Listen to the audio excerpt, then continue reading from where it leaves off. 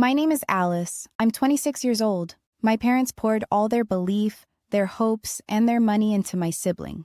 I got nothing. They had 2 children, but they only built one launch pad. My brother, Alex, was destined for the stars. Fueled by their unwavering support, I was the ground crew, expected to watch, applaud, and just figure out my own way to fly. They invested in my sibling, so I was forced to invest in myself. This is the story of how their rejection became my greatest asset and led to a life they never thought was possible for me. It's the story of how being the second choice, the afterthought, the unfavored child, became the very thing that saved me. Growing up, our house wasn't really a home. It was more like a museum dedicated to my older brother, Alex. His trophies lined the mantelpiece, his report cards were framed on the wall, and his name was the punctuation mark to every conversation about the future. I was 3 years younger, and from the moment I could form memories, I understood the family hierarchy.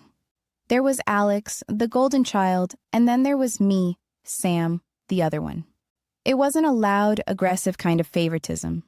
It was quieter, more insidious. It was woven into the fabric of our daily lives, like a subtle pattern you can't unsee once you've noticed it. Parental favoritism rarely shouts. It whispers. It's in the way one kid's scraped knee gets a trip to the emergency room, while the other's is met with a sigh and a, "You'll be fine." It's how one child's C is a catastrophe that demands tutors and meetings, while the other's A gets a quick nod before the conversation, somehow, always goes back to the golden one. For me, it was just this constant, low hum of inadequacy. I felt like a guest in my own family, a supporting character in The Alex Show. My parents weren't cruel. They never forgot my birthday, and I was always clothed and fed. But emotional nourishment, that was a resource saved for their primary investment. The psychological impact of being the unfavored child is profound. Research shows it can lead to deep feelings of loneliness and make you less willing to even ask your parents for emotional support.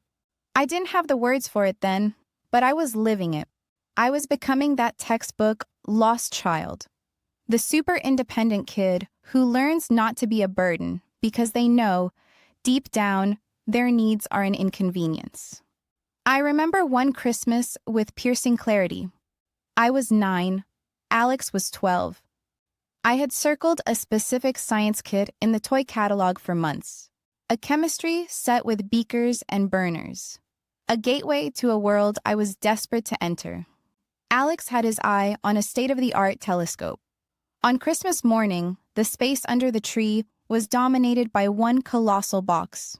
It was the telescope, of course. My father spent the entire morning helping Alex assemble it, their heads bent together in shared excitement. My gift was a sweater. A perfectly nice, sensible, navy blue sweater. As I watched my brother chart distant galaxies with my dad, I clutched the soft wool and felt this invisible, crushing weight. It wasn't about the gift. It was about the message. His passions were to be explored, invested in. Mine were to be kept warm and quiet. This pattern just repeated itself, over and over. When Alex showed a passing interest in guitar, a brand new Fender Stratocaster appeared, complete with an expensive amp and a year of private lessons. When I wanted to join the school's art club, which had a modest fee for supplies, I was told to be more practical because art doesn't pay the bills. The irony? Alex's guitar gathered dust in his closet after 6 months. The investment wasn't about genuine passion, it was about his status as the chosen one. The sibling rivalry this created was immense. And Alex, for his part, wasn't a monster. He was just a boy who'd been handed a crown and told he was king. He got used to the praise, to the way our little family world bent to his will. He developed a sense of entitlement, this casual assumption that things would always work out for him because, well, they always had. I can see now that he was also held to unrealistic standards, which must have created its own kind of pressure, a constant fear of falling. But as a kid, all I saw was the gap between us. He was the sun. I was a planet shivering in his shadow. My grades were as good as his, sometimes better, but they were never celebrated with the same energy. His victories were family victories. My victories were mine alone. Quiet achievements I learned to celebrate by myself. I found I couldn't even feel my own successes fully. They felt blocked by the knowledge that the people who should care the most wouldn't. This feeling of being unlovable and not good enough became part of my internal monologue. Studies show this is a common, damaging long-term effect of favoritism. It shapes your entire self-perception. I became fiercely independent because I had to. I learned to fix my own bike, do my own homework, and most importantly, manage my own disappointments. This hyper-independence is a hallmark of the unfavored child. It's a survival mechanism. You just learn to do it yourself because the alternative is it not getting done at all. My dad, especially, seemed to see a version of himself in Alex. They shared a love for sports, a similar sense of humor. I was quieter, more introspective. I was a puzzle they weren't interested in solving. So, I was largely ignored. I didn't just feel like a second-class citizen. I felt like I was speaking a different language no one was willing to learn. The emotional distance grew with each passing year, a chasm carved out by 1,000 small acts of favoritism. The foundation of my childhood was built on this imbalance, and it was all leading to one moment that would sever the cord for good. The transition from high school to the rest of your life is supposed to be exciting. A time for campus tours, application essays, and dreaming with your family. For my brother, Alex, it was exactly that. 3 years before my own graduation, his was a family affair of epic proportions. My parents were obsessed. They hired a private college admissions counselor who talked about Ivy League acceptance rates like they were holy scripture.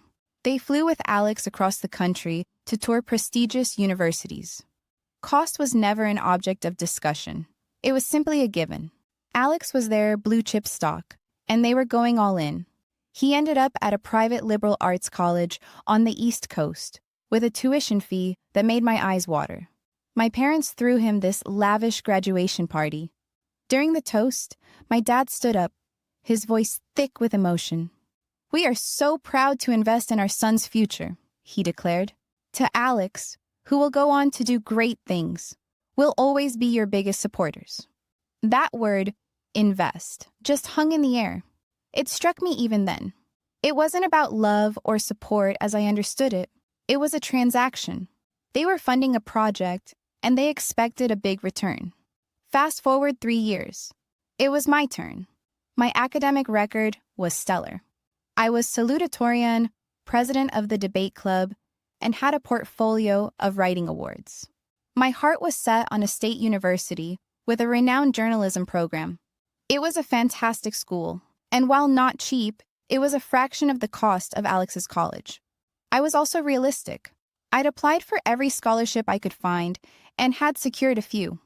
I knew I'd have to work part-time, but I believed, with a foolish, lingering shred of hope, that my parents would see my hard work and offer to help bridge the gap, just like they did for Alex.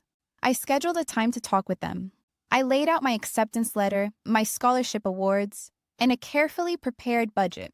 I showed them the difference between what I had and what I needed. I wasn't asking for a blank check. I was asking for a partnership, for a fraction of the investment they'd so proudly given my brother. The room went quiet. My father picked up the budget sheet, staring at the final number. He cleared his throat. "Sam," he began, and my stomach immediately clenched. It was the tone he used before delivering bad news. "This is a lot of money." I was stunned. "It's less than a single year of Alex's tuition," I said, my voice barely a whisper. "That's different," my mother chimed in. "Alex, well, his path required a certain kind of launch. He needed that environment to succeed." The implication was clear. My path didn't. I didn't. My father went on. "Look, we're a little stretched right now after getting Alex set up. He needed books, a meal plan, dorm supplies. It all adds up." He leaned back, avoiding my eyes. "You've always been the responsible one, the independent one. We know you can figure this out." Maybe you could go to community college for a couple of years to save money, or just get a full-time job. There's no shame in that. There was no shame in it, but there was a world of difference between choosing that path and being forced onto it while my brother cruised down a highway they'd built just for him. The injustice of it felt like a physical blow. All those years of being the strong one, the independent one, I realized they weren't compliments. They were excuses. They were labels they gave me so they could justify their neglect. I was the low-maintenance child, so they felt no guilt leaving me in the shade. So, the answer is no? I asked, my voice flat. It's not a no, Sam, my mother said, her voice taking on this placating, pitying tone. It's a not right now. We have to be smart with our resources. We believe in you. We know you'll land on your feet. But they didn't believe in me. Not in the way that mattered. Believing in someone isn't just words. It's action. It's showing up. It's investing. They had made their one big bet, and it wasn't on me. That was the moment the last thread of hope snapped. I wasn't just the unfavored child anymore. I was the disinvested child. I was on my own. The feelings of inadequacy and rejection that had been my lifelong companions solidified into a cold, hard resolve. If they wouldn't invest in me, I would become my own biggest investor. I would build my own launchpad, brick by painful brick. And I would make damn sure it took me somewhere they never imagined. That first year, after that conversation, was the hardest of my life. The rejection didn't just close my parents' checkbook. It felt like it slammed a door in my soul. Every doubt they ever had about me became a screaming voice in my own head. I was 18 and felt utterly alone, an emotional orphan. I deferred my university acceptance for a year. I couldn't let my dream go, but the financial reality was a cliff I couldn't jump off. So, I started to build a bridge. I got 2 jobs. By day, I was a barista at a busy coffee shop, learning the art of the perfect latte and the forced smile. I learned to function on 4 hours of sleep, the smell of coffee beans permanently stuck to my clothes. The work was grueling, but every dollar in my tip jar was a tiny victory. By night, I worked as a custodian at an office building. From 7 p.m. to midnight, my world was the quiet hum of a floor buffer and the smell of industrial cleaner. It was lonely, humbling work. As I emptied trash cans filled with the remnants of other people's successful days, I fought off waves of resentment. I started listening to audiobooks and podcasts on journalism and economics while I worked, turning my custodial shifts into a strange, solitary night school. It was here, in the echoing silence of empty boardrooms, that the first phase of my self-investment began. I was building capital, but more importantly, I was building grit. I moved into a tiny, rundown apartment with 2 roommates. My diet was basically ramen, eggs, and day-old pastries from the coffee shop. I sold my car and took the bus everywhere. Every single decision was about money.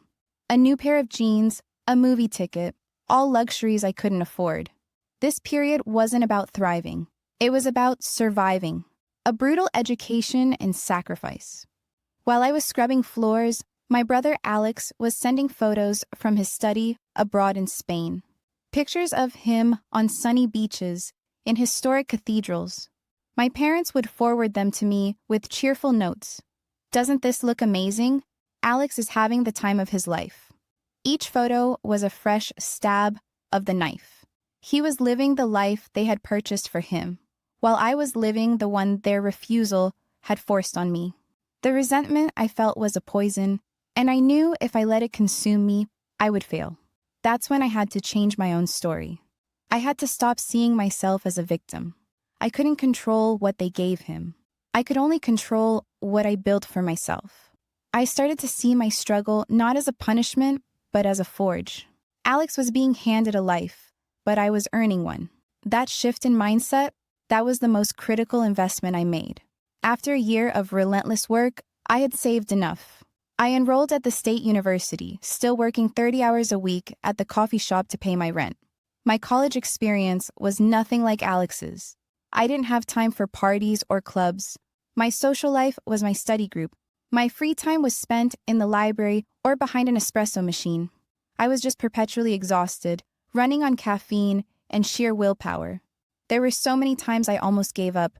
I remember one winter, I had a heavy course load and the flu. I was lying on my lumpy mattress, feverish, with a 15-page paper due. I felt this profound despair. It would be so easy to call my parents, to cry, to beg for help, but I didn't. I remembered the look on my father's face, the finality in his voice. Calling them wouldn't bring help, it would only bring pity. That memory was the fuel. I dragged myself out of bed and spent the entire night writing that paper. I got an A. That A meant more to me than any A+ Alex had ever earned. I hadn't just written a paper, I had defeated a demon. I sought out mentors, professors, who saw my hunger and took me under their wing. One journalism professor, Dr. Sharma, became the supportive parental figure I never had. She helped me get freelance work and taught me that my unique perspective, born from struggle, was a powerful asset. I started building a chosen family, a network of friends and mentors who offered the encouragement my own family withheld. I graduated with honors, a double major, and zero debt. I had paid for every single credit, every book, every meal myself. On graduation day, my parents and Alex were in the audience. They smiled and waved. My mother hugged me and said, "We are so proud of you. We knew you could do it." The irony was so thick I could have choked on it. They knew I could do it because they'd left me no other choice. It was like watching someone swim across a raging river and then taking credit for their strength because you were the one who refused to throw them a rope. Their pride felt hollow, unearned. My success didn't feel like a shared victory. But as I stood there in my cap and gown, I realized it didn't have to be. It was mine. The struggle was mine, and the triumph was mine too. I had invested every ounce of my being into myself, and for the first time, I felt truly, unshakably rich. Life after college was still a hustle, but now it was a hustle with a purpose. I took a low-paying job at a small-town newspaper in another state, partly for my career and partly to put physical distance between me and my family. I spent 2 years there, covering everything from city council meetings to high school football. I honed my craft, built a portfolio, and lived frugally, saving every penny. My life was small, but it was entirely my own.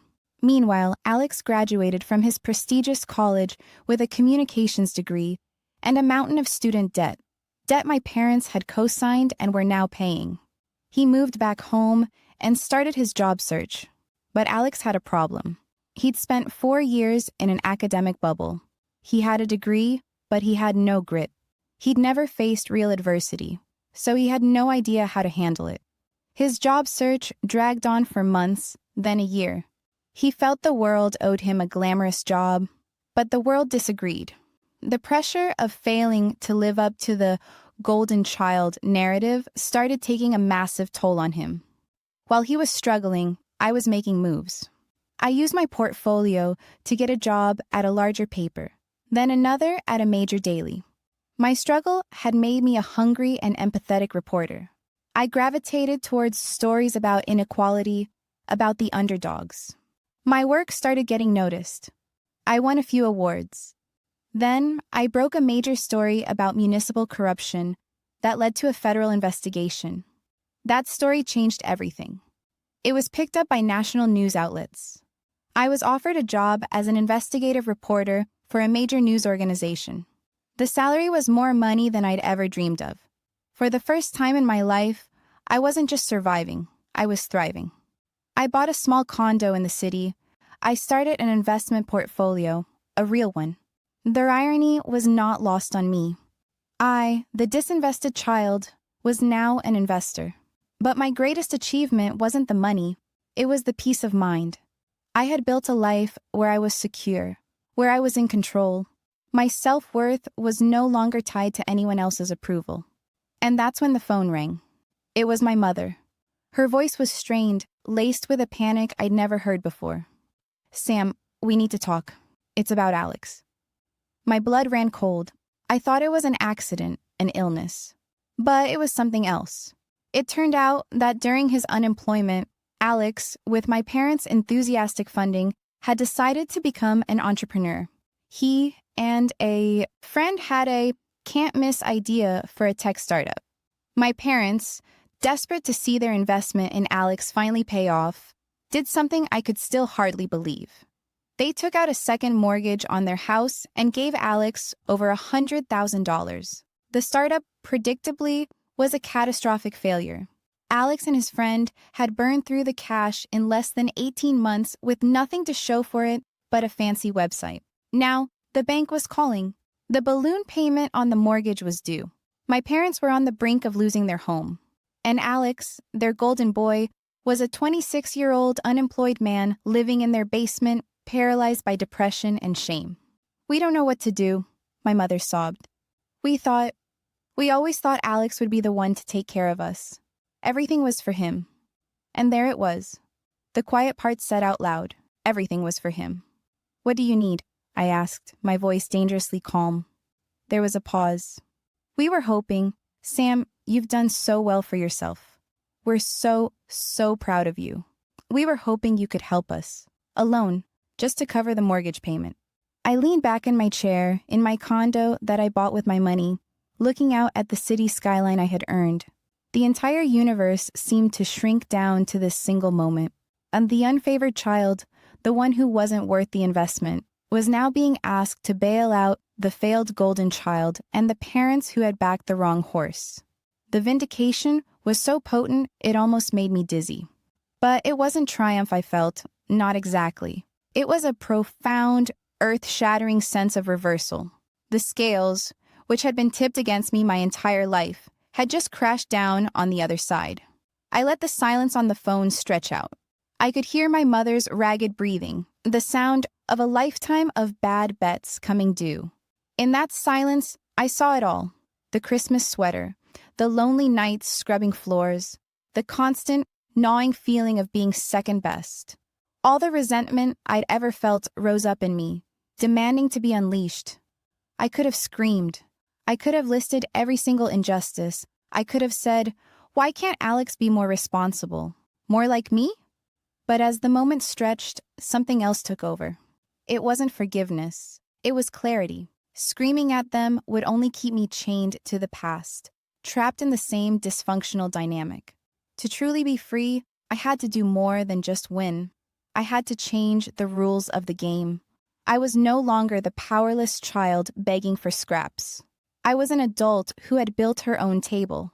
"I'm not going to give you the money," I said, my voice even and firm. A choked sob came from the other end. "Sam, please," my mother whispered. "We'll lose the house, everything your father and I worked for." "The house you were willing to gamble on Alex's can't-miss idea?" I asked, a sliver of ice in my tone. "The house that funded his future, but not mine?" I let that hang in the air. "No, I won't pay off your bad investment. That's not my responsibility." I could feel the shock through the phone. They had expected me to play the role they'd always assigned me, the good, responsible daughter who cleans up the mess.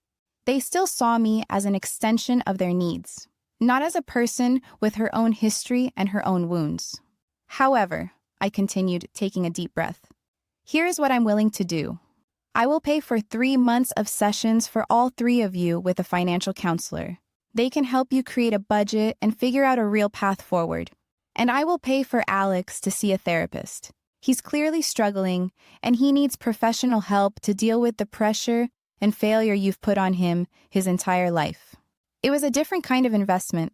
I wasn't investing in their debt. I was investing in their potential to finally become responsible. I was offering a hand up, not a handout. I was giving them tools, not a quick fix that would solve nothing. It was me setting a massive, uncrossable boundary. It was breaking the cycle in real time. My mother was speechless. It wasn't the answer she wanted, but it was an offer she couldn't really refuse. They took it. The next few months were tense. The financial counselor helped my parents restructure their finances so they could keep their home, but it required them to make huge sacrifices. Alex began therapy. Our relationship isn't magically healed. It's strained, awkward, and forever changed. They'll probably always resent me on some level for not just writing a check. And I'll probably always carry the scars. But something fundamental has shifted.